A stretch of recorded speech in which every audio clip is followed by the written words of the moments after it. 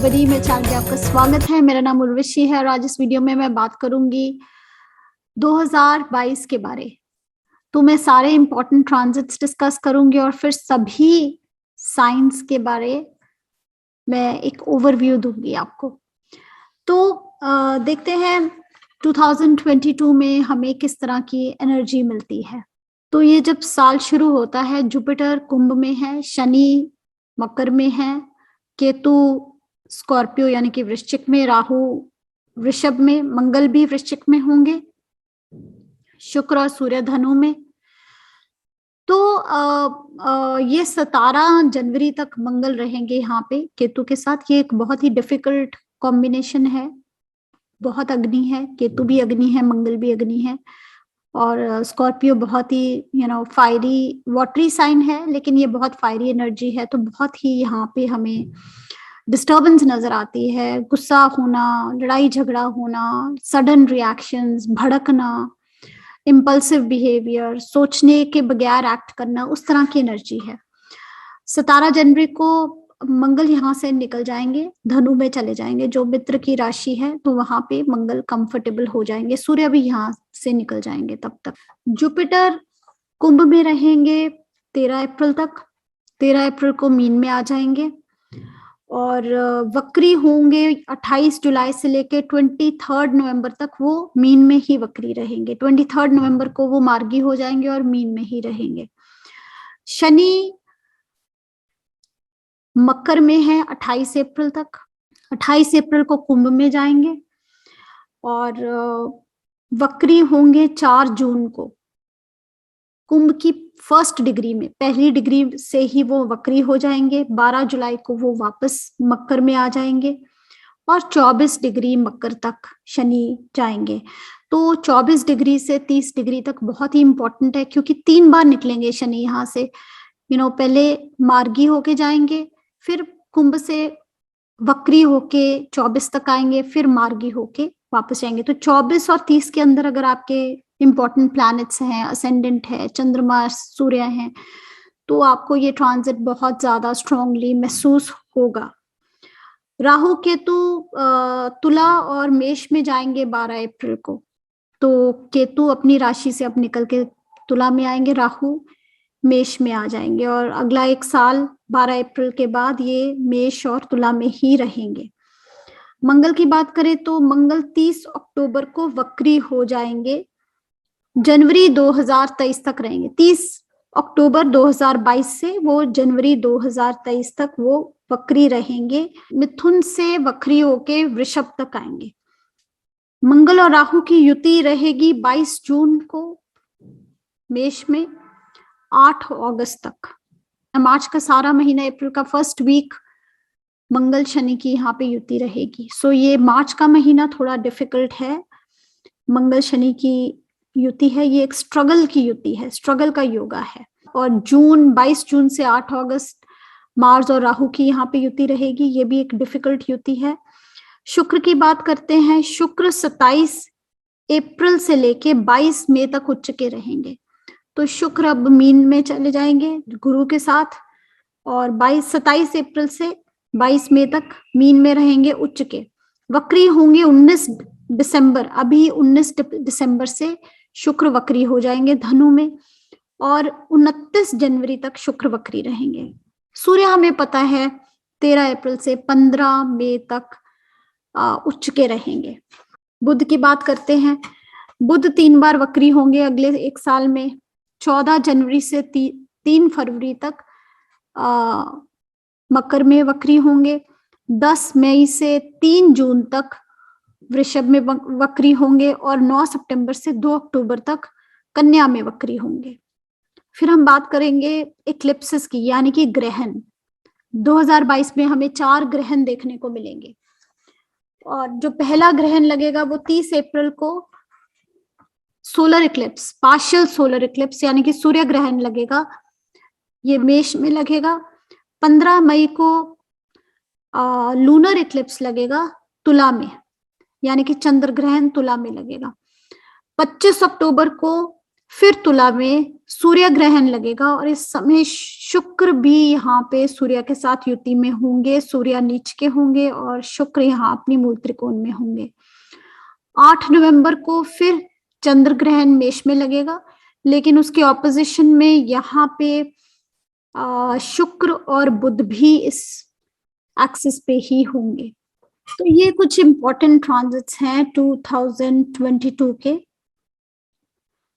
अब हम बात करते हैं कि ये सभी राशियों के लिए किस तरह से होगा। ये आप लग्न और राशि दोनों से देख सकते हैं। मेष की बात कर रही हूँ। शनि आपके 10वें भाव में रहेंगे तकरीबन सारा साल। सिर्फ 28 अप्रैल से लेके वो कुंभ में जाएंगे, तो मई और जून वो कुंभ में रहेंगे। 22 जुलाई को वो दोबारा से मकर में आ जाएंगे।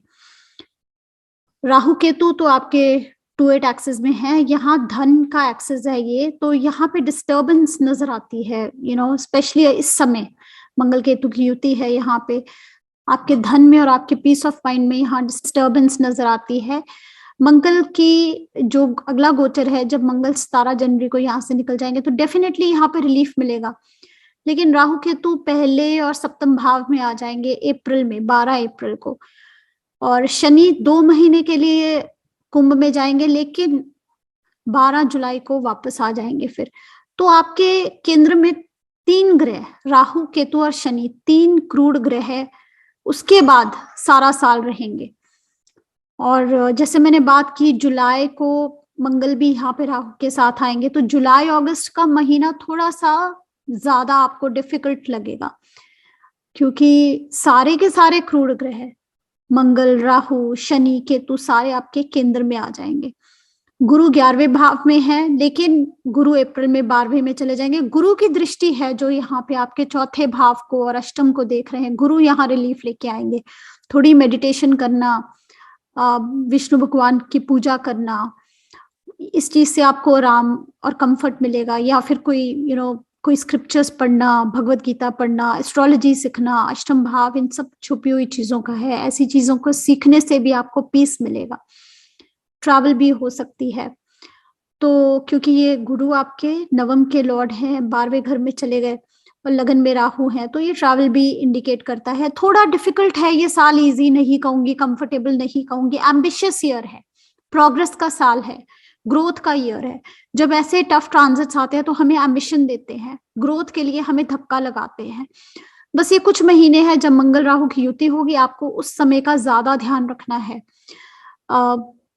बाकी राहु केतु का यहाँ 2-8 एक्सिस से निकल के लगन में आना तो नई अपॉर्चुनिटीज ही लेके आएगा। शनि भी अपनी ही राशि में है, सश योग है यहाँ पे, लेकिन ये मैलेफिक्स हमें थोड़ा डिस्टर्ब करते हैं, धक्के लगाते हैं हमें ज्यादा मेहनत करने के लिए, तो बुरा तो नहीं है वो। फिर बात करते हैं वृषभ की। वृषभ के लिए राहु लगन में है, केतु मंगल सप्तम में है, शनि आपके नवम में है, गुरु केंद्र में आ गए, तो वृषभ के लिए अच्छा समय है। ये डिस्टर्बेंस है सप्तम भाव में, लेकिन गुरु के आने से बहुत रिलीफ है। शनि अभी भी नवम भाव में शनि थोड़ा स्लो कर देते हैं, हमारी किस्मत को स्लो कर देते हैं, और सप्तम भाव में ये डिस्टर्बिंग रिलेशनशिप्स के लिए डिस्टर्बेंस नजर आती है। लेकिन ये तो मंगल अभी जल्दी निकल जाएंगे, लेकिन मंगल अष्टम में भी कोई ज्यादा रिलीफ नहीं देते। जुपिटर यहाँ से निकल के 11वें भाव में जाएंगे, और ये जो हमारी काम ट्राइन है रिलेशनशिप्स की, इसको एक्टिवेट कर देंगे। एम्बिशन, रिलेशनशिप्स, बच्चे, ये सब एक्टिवेट हो जाएगा। शनि भी 2 महीने के लिए 10वें भाव में आएंगे, और राहु केतु यहाँ से निकल के, लगन से निकल के 12वें और 6ठे भाव में आएंगे। तो इस समय पिछले 1.5 साल से जो आपके एम्बिशंस हैं, जो प्लान्स हैं, जो आपके थॉट्स हैं, जो आपने नया काम शुरू किया है, उसमें अब बहुत सारी मेहनत शुरू हो जाएगी। ये 6ठा भाव बहुत एक्टिवेट हो जाएगा अब आपका, क्योंकि इस समय गुरु की दृष्टि भी है 6ठे पे, फिर केतु आ जाएंगे यहाँ पे, शनि 10वीं में आएंगे 2-3 महीने के लिए। तो आपका ये जो आर्था ट्राइन है ये एक्टिवेट होने वाली है। तो काम करने का समय, ये साल आपका काम बढ़ने वाला है, मेहनत बढ़ने वाली है, एफर्ट बढ़ने वाला है। अभी के केंद्र में कोई मैलेफिक नहीं रहेगा, सिर्फ शनि 2-3 महीने के लिए आएंगे, राहु केतु लेकिन तब निकल जाएंगे। अप्रैल में शनि यहाँ आएंगे 10वीं में, राहु केतु 12वें में और 6ठे में चले जाएंगे। लेकिन ये कुछ ना कुछ एक्टिवेट होगा आपके कर्म के साथ। सो कर्म के साथ यहाँ पे कोई ना कोई एक्टिवेशन नजर आती है, एफर्ट ज्यादा बढ़ जाएगा। छठे भाव में जब केतु आते हैं तो बहुत डिटेल में हमारे से काम करवाते हैं, लेकिन ट्रैवल भी हो सकता है। छठा भाव 12वां भाव एक्टिवेटेड है, शनि के यहाँ आने से 12वें भाव पे भी शनि की दृष्टि होगी, तो 12वां भाव यहाँ से एक्टिवेट हो जाएगा। दूसरी खास बात यह है कि गुरु के मीन में जाने से तीसरा भाव, शनि के भी यहाँ से दृष्टि आपके तीसरे भाव पे, तो फिर यहाँ ट्रैवल नजर आता है। अच्छा है, डिफिकल्ट नहीं है, लेकिन काम बढ़ने वाला है। ये साल आपका काम बढ़ेगा, ट्रैवल की अपॉर्चुनिटीज भी बढ़ेंगी। फिर बात करते हैं मिथुन की। मिथुन के लिए साल शुरू होता है तो शनि आपके अष्टम में है। मंगल केतु की यहाँ युति मेहनत करवाएगी, बहुत मेहनत करवाई होगी आपसे पिछले 1 साल में। केतु ने यहाँ पे बहुत अच्छा एफर्ट किया होगा। आपने अगर कोई इनिशिएटिव्स लिए हैं तो उसमें आपने बहुत अच्छा एफर्ट किया होगा। गुरु भी नवम में आ गए, सपोर्ट कर रहे हैं लगन को, आपकी इंटेलिजेंस को, और अब गुरु दसम में आने वाले हैं, तो यहाँ पे हंस योग बनता है। दसम भाव में गुरु अपनी राशि में, केंद्र में गुरु आ जाएंगे। बहुत हैप्पीनेस, बहुत पीस आपको फील होगा, लेकिन यहाँ से गुरु की दृष्टि फिर छठे में होगी, तो अच्छा है। आपका ये जो आर्था ट्राइन है बड़ी पॉजिटिवली एक्टिवेट हो जाएगा। केतु पंचम में, राहु 11वें भाव में, बहुत अच्छे हैं। यहाँ पे राहु लाभ स्थान में आ जाएंगे, लाभ बढ़ाने के नए नए तरीके सोचेंगे आप। और शनि कुछ महीनों के लिए आपके नवम में आएंगे, तो ये जो 2-3 महीने शनि के हैं, थोड़ा सा स्लो डाउन आपको लग सकता है, स्लो डाउन हो गया। लेकिन आपके अगर चंद्रमा मिथुन के चंद्रमा है आप, तो आपको उन 2-3 महीनों में रिलीफ फील होगा, क्योंकि चंद्रमा अगर मिथुन में है तो वहां से अष्टम में है शनि। शनि अष्टम में थोड़ा सा अनसेटल कर देते हैं, हमें सेटल नहीं होने देते, हमें अनसेटल्ड फील होता है, तो वो 2-3 महीने आपको रिलीफ मिलेगा। और ये साल आपके लिए काफी कंफर्टेबल है। गुरु केंद्र में है, कोई भी मैलेफिक केंद्र में नहीं है। केंद्र आपके सिर्फ एक बेनिफिक है, बाकी मंगल तो आएंगे ही। मंगल का तो हर 40 डेज के बाद गोचर बदलता है। चंद्रमा भी, जब कृष्ण पक्ष के चंद्रमा होते हैं उनको भी हम मैलेफिक ही कहते हैं, तो तब भी थोड़ी डिस्टर्बेंस फील हो सकती है। लेकिन उसके अलावा अगर आप देखें तो बहुत ही अच्छा कंफर्टेबल ईयर है। नई सीख का टाइम है, नई अपॉर्चुनिटीज, नए एम्बिशंस का टाइम है। कुछ डीप स्टडी रिसर्च अगर आप कर रहे हैं तो ये साल आप लगा के उसको खत्म कीजिए। अगर आपकी कोई इनहेरिटेंस, छुपी हुई वेल्थ, बैंकिंग, इंश्योरेंस के साथ काम है, उसको भी आप कंप्लीट कर लीजिए, क्योंकि शनि का ये लास्ट स्ट्रेच होगा जो हम मकर में देखेंगे। अच्छा है, मिथुन के लिए भी अच्छा है। और अगर आपका मिथुन के चंद्रमा है तो आपको 2-3 महीने का डेफिनेटली रिलीफ मिलेगा। कर्क की बात करते हैं। कर्क के लिए शनि अभी भी सप्तम में है, राहु केतु आपके पंचम और 11वें भाव में है, गुरु अष्टम में चले गए, तो यहाँ पे एम्बिशंस हैं। एम्बिशंस के साथ साथ लर्निंग भी है, क्रिएटिविटी भी है। इस समय आपको गुस्सा भी ज्यादा आ रहा होगा। मंगल केतु की युति यहाँ पे अग्नि तत्व ग्रह हैं, दोनों पंचम भाव में, बहुत गुस्सा दिलवाते हैं जब यहाँ पे ऐसे गोचर आते हैं। गुरु यहाँ पे आपका इंटरेस्ट पैदा करेंगे सीखने का, एस्ट्रोलॉजी, टैरो कार्ड, इस तरह की चीजों को सीखने में इंटरेस्ट होगा आपका। और गुरु की अगला गोचर यहाँ पे अप्रैल में आपके नवम भाव में आ जाएगा, बहुत ही अच्छा है। लगन को गुरु देखेंगे, अपनी बुद्धि को कैसे सही तरीके से आपने यूज करना है, और लक फैक्टर कैसे एक्टिवेट होगा, ये गुरु से एक्टिवेट होगा, गुरु के इस गोचर से। शनि भी 3 महीने के लिए आपके अष्टम में आ जाएंगे। तो लेकिन अगर आपका कर्क चंद्रमा है, कर्क में आपका चंद्रमा है, तो वो 3 महीने आपको थोड़ा सा अनसेटल्ड लगेगा, कुछ अनसेटल्ड हो गया है, सेटल नहीं हो रहा, चीजें टिक नहीं रही, चीजें डिस्टर्बिंग है, आपको डिस्टर्बेंस फील होगी। राहु केतु भी आपके केंद्र में आ जाएंगे, केतु चौथे भाव में, राहु दसम में आ जाएंगे, और फिर शनि वापस गोचर करके मकर में। तो 3 ग्रह है, 3 क्रूर ग्रह है आपके केंद्र में, तो ये आपको डेफिनेटली डिस्टर्बिंग लगेगा, स्पेशली जब मंगल भी आ जाएंगे यहाँ पे जुलाई अगस्त में, तो डिस्टर्बेंस है, जुलाई अगस्त में ज्यादा है, तो हार्ड वर्क ज्यादा है आपका। राहु यहाँ से दूसरे भाव को, छठे भाव को देखते हैं, लेकिन गुरु की ब्लेसिंग से, अपनी इंटेलिजेंस से आप सब मैनेज कर लेंगे। कुछ इम्पॉसिबल नहीं है, प्रोग्रेस का टाइम है, ग्रोथ का टाइम है, मेहनत का टाइम है। फिर सिंह राशि की बात करते हैं। सिंह के केंद्र में गुरु आ चुके हैं।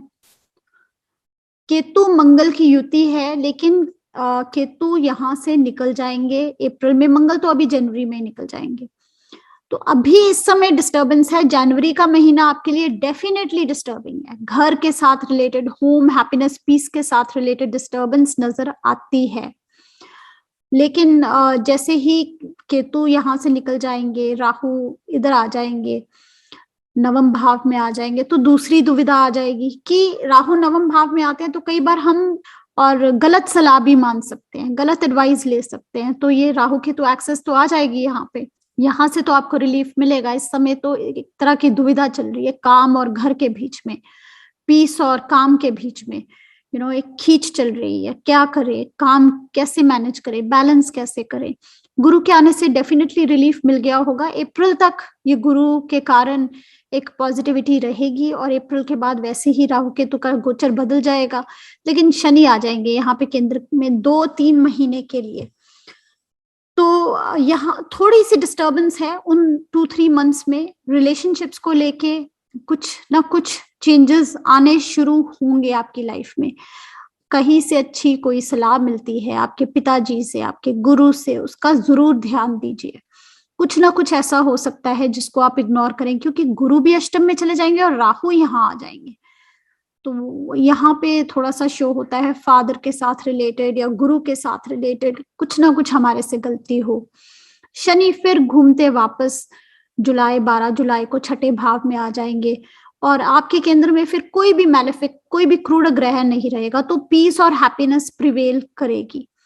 गुरु अष्टम में है, आपको इनकरेज करेंगे कुछ सीखने के लिए, कोई विद्या लेने के लिए, ज्योतिष सीखने के लिए, टैरो कार्ड्स या कुछ ऐसी नॉलेज जो छुपी हुई हिडन नॉलेज है, वेदास पढ़ने के लिए। तो ऐसा कुछ ना कुछ काम जरूर शुरू कीजिए। अच्छा साल है, केंद्र अच्छा है, कोई मैलेफिक नहीं है, और गुरु आपके चौथे भाव को देख रहे हैं, ये बहुत बड़ी ब्लेसिंग है। शनि छठे भाव में बहुत अच्छे हैं, क्योंकि देखिए शनि की सारी दृष्टियां, यहाँ से शनि अष्टम को देखते हैं, यहाँ से शनि 12वें को देखते हैं, और तीसरे को देखते हैं। ये शनि की अमृत दृष्टि है छठे भाव से। सब मैलेफिक घरों को देखते हैं, वहां कोई अच्छे घर को खराब नहीं कर रहे। तो अच्छा है ये गोचर। जब केतु और राहु यहाँ से निकल जाएंगे तो अप्रैल के बाद आपको काफी रिलीफ मिलने वाला है। कन्या की बात करते हैं। कन्या के लिए अभी राहु आपके नवम में, केतु तीसरे भाव में मंगल के साथ हैं। अपॉर्चुनिटी का फायदा लेने में ये बहुत अच्छा समय है। अगर आपके सामने कोई मौका आता है तो जनवरी तक आप बहुत मेहनत करेंगे, कॉम्पिटिटिव रहेंगे, कंपटीशन को बीट करने में कोई अपॉर्चुनिटी नहीं छोड़ेंगे। लेकिन कम्युनिकेशन थोड़ी ज्यादा बोल्ड हो सकती है, गुस्से वाली हो सकती है।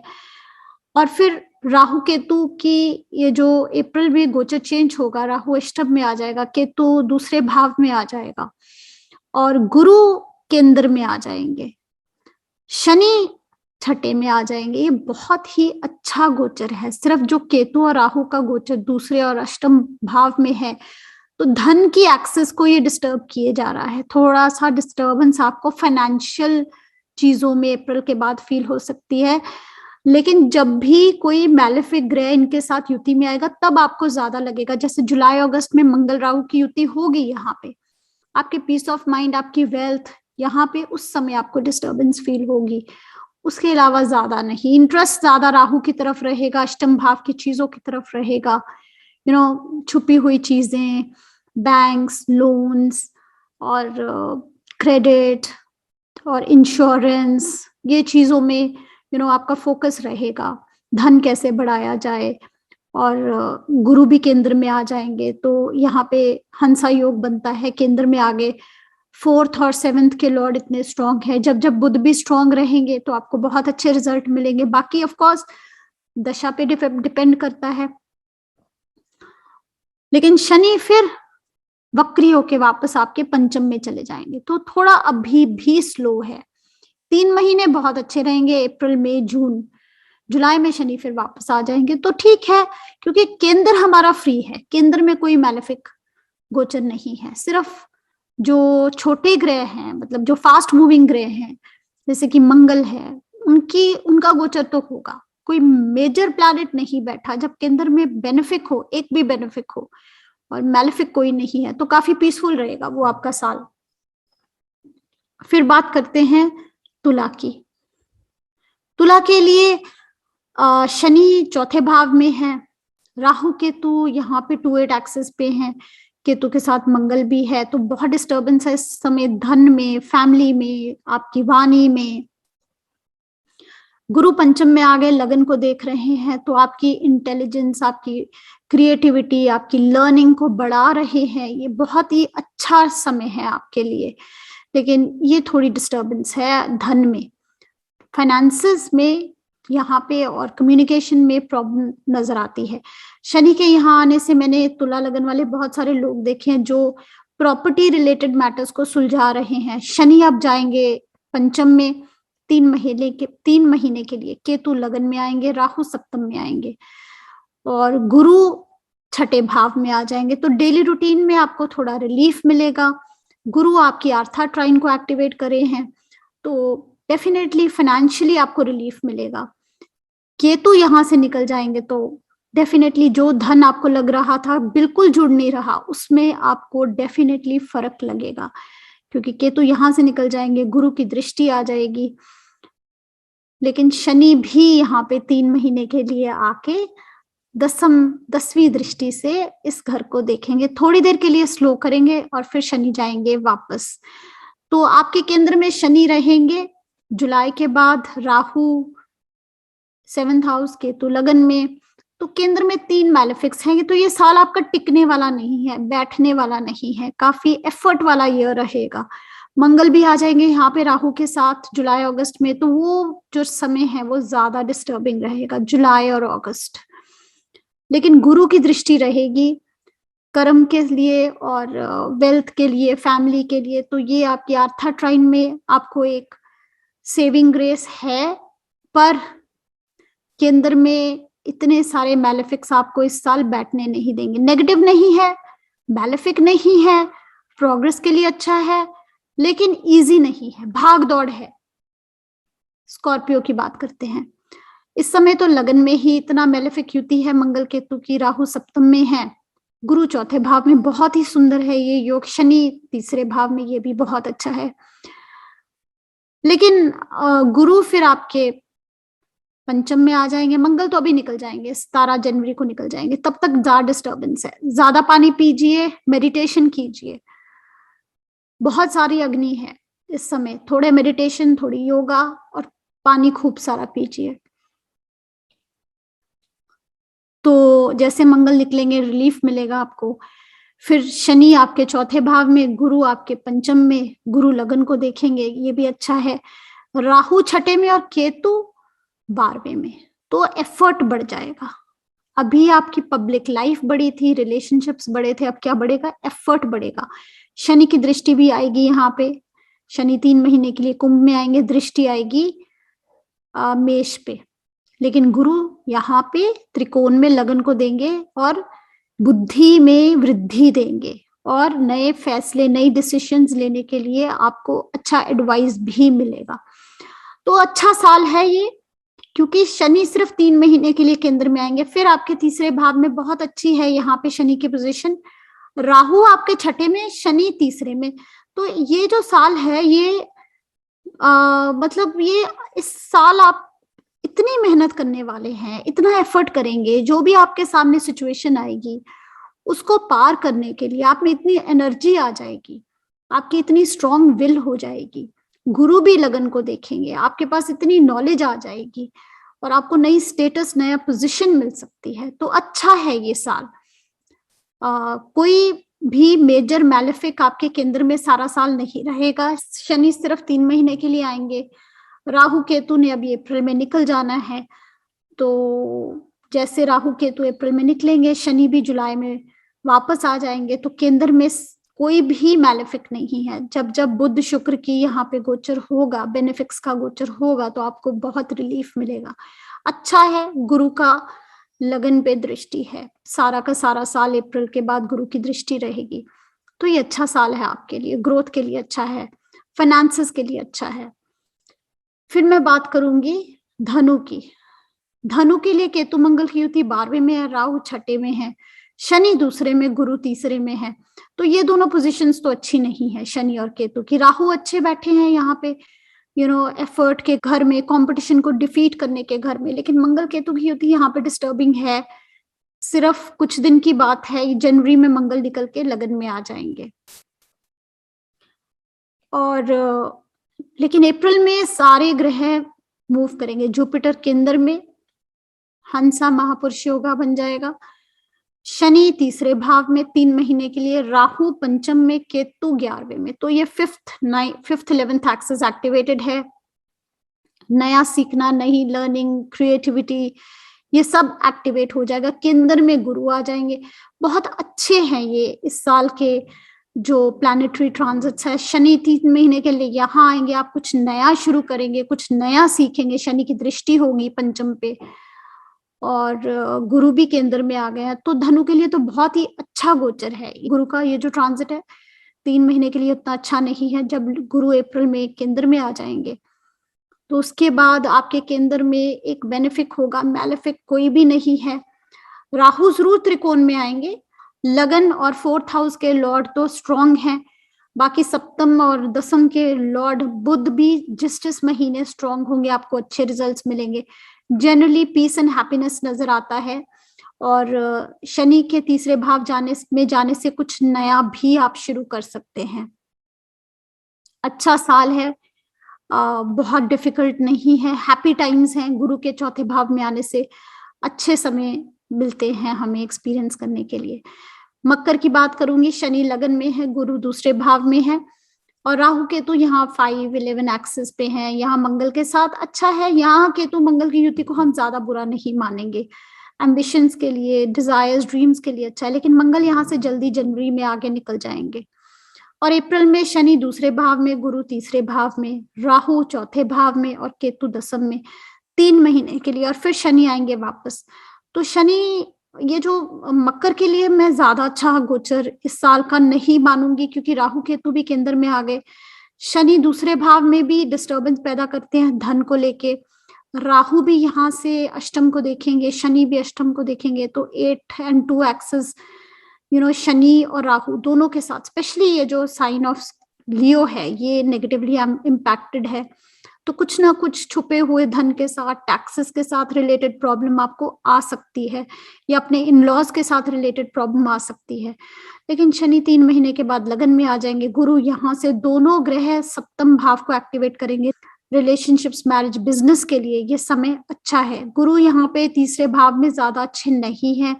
कोई ना कोई अच्छा एडवाइस, कोई गुरु की बात, पिताजी का कोई एडवाइस हो सकता है आप ना सुने, आप इग्नोर करें। तो इस चीज का आपने ध्यान रखना है। आपका कोई मेंटर है, आपको कोई समझाने की कोशिश कर रहा है, उनको जरूर सुने।